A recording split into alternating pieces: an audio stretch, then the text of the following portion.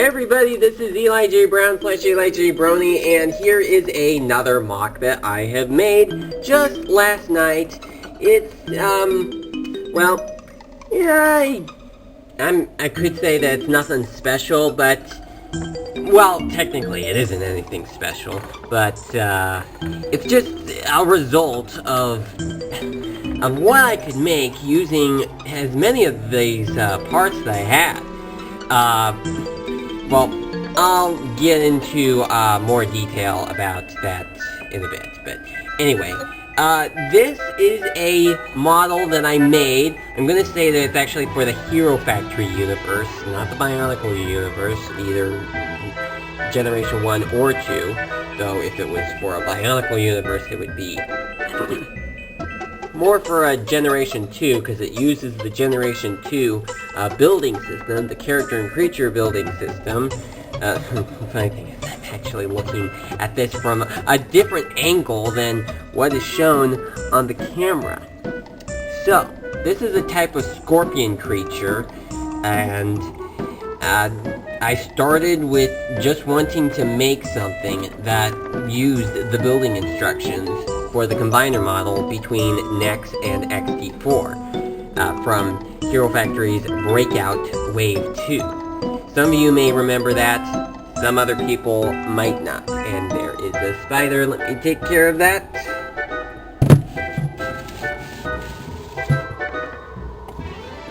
Yeah, okay, pesky spider. Anyway, I did start off with attaching the head. Well, I was gonna put the head up right here, which is what eventually became the tail.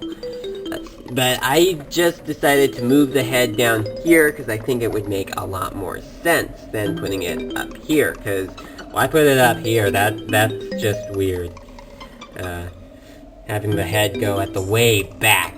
I mean, what would be up with that? That's kind of weird. Not bad necessarily, but just weird.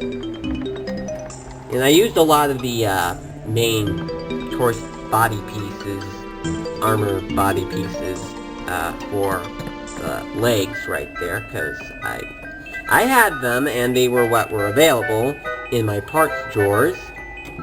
And I also put one on the tail right here, because, well, the instructions actually, well, not necessarily just the instructions, but the picture showed the big engine piece from NEX, used on the official combiner, but I didn't have one of those, so I just went with that piece. And I used the chest piece from Chi Rizar on the back here, along with the purple wide shoulder piece on the back. And this model does use post-Hero Factory CCBS parts, such as the purple 4-long size armor pieces that came from Onua. And also a couple other, like the trans purple bone piece that's used on the tail. There's only one of them on this entire model, which is used on the tail. The reason why I only had one of those, just a single one of those, was because when I made a Bricklink order sometime last year, when I was making my Makuta Generation 2 mock, the original version that I did before the Mask and Control actually existed in set form, there was a delay with the order, and to say sorry, the seller gave me a couple extra pieces, and that is one of the extra pieces that the seller sent to me. Kind of awkward that they would send me a single bone piece, because I kind of prefer to have bone pieces in pairs. Because it's not often that I would make a mock that uses only a single one of those. The same reason goes for why I also put an Azure bone piece on the tail too, because I had 5 of those, so I had to put the 5th one somewhere. And I also had 3 of the trans light blue bone pieces, the second shortest ones, over here on each of these. I think they're supposed to be tails of some sort, though they could maybe be pulled off as actually extra legs. In fact, I'm actually going to pull them off as extra legs, not pull them off and then take them off completely. Oh, the tail just fell forward. I don't know. You like that better? I don't. I don't like that better. So I'm just gonna reposition them the way that I had them before. Which would be like this. Okay. There we go.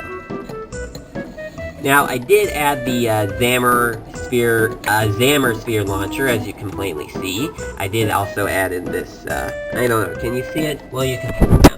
This silver add-on piece, I put that on the top. I only had 2 of these. The other one I used on the bottom. I'll show you that in a bit. And I put this on to, like, keep the ball pieces from falling out. So that really works right there.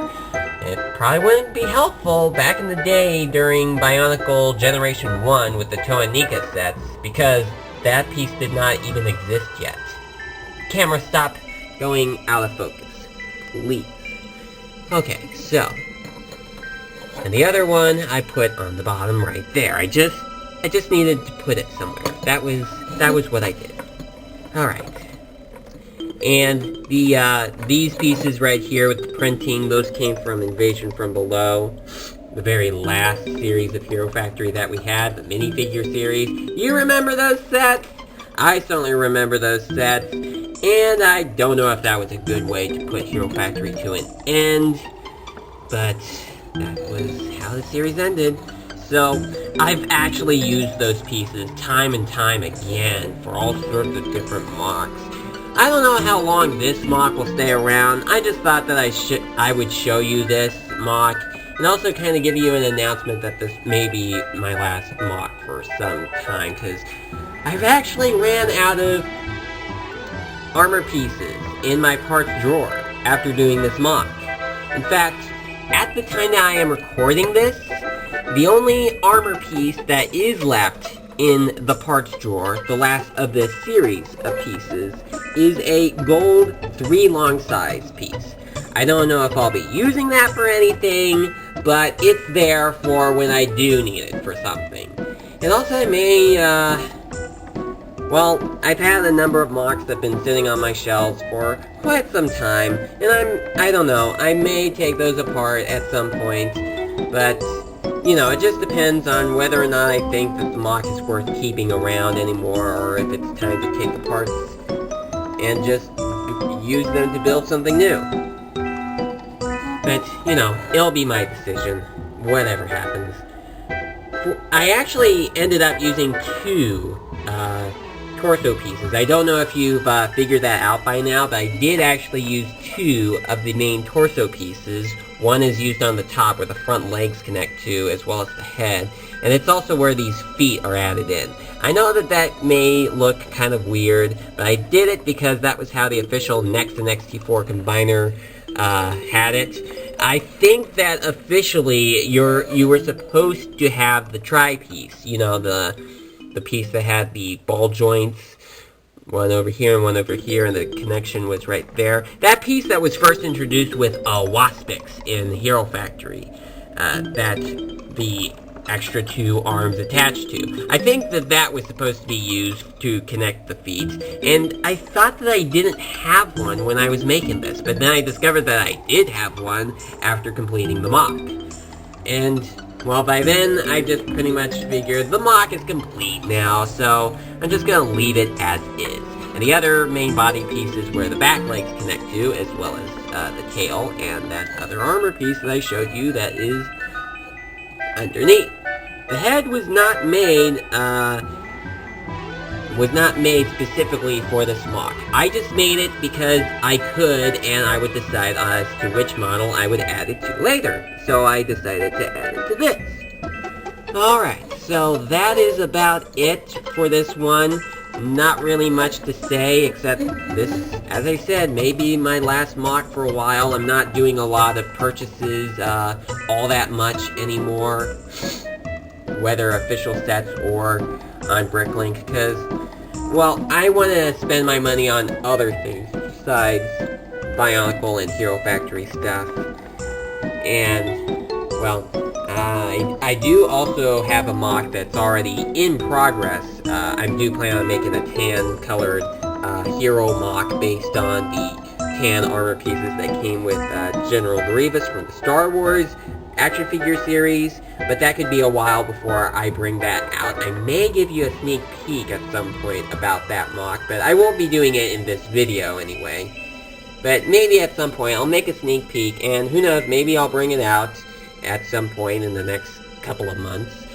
And I do have a couple other MOCs I've made that I have not shown yet. I may show those off. I'm not too pleased with how these MOCs turned out, but I may show them for you guys anyway. So that's about it. Thank you so much for watching, and I will see you next time.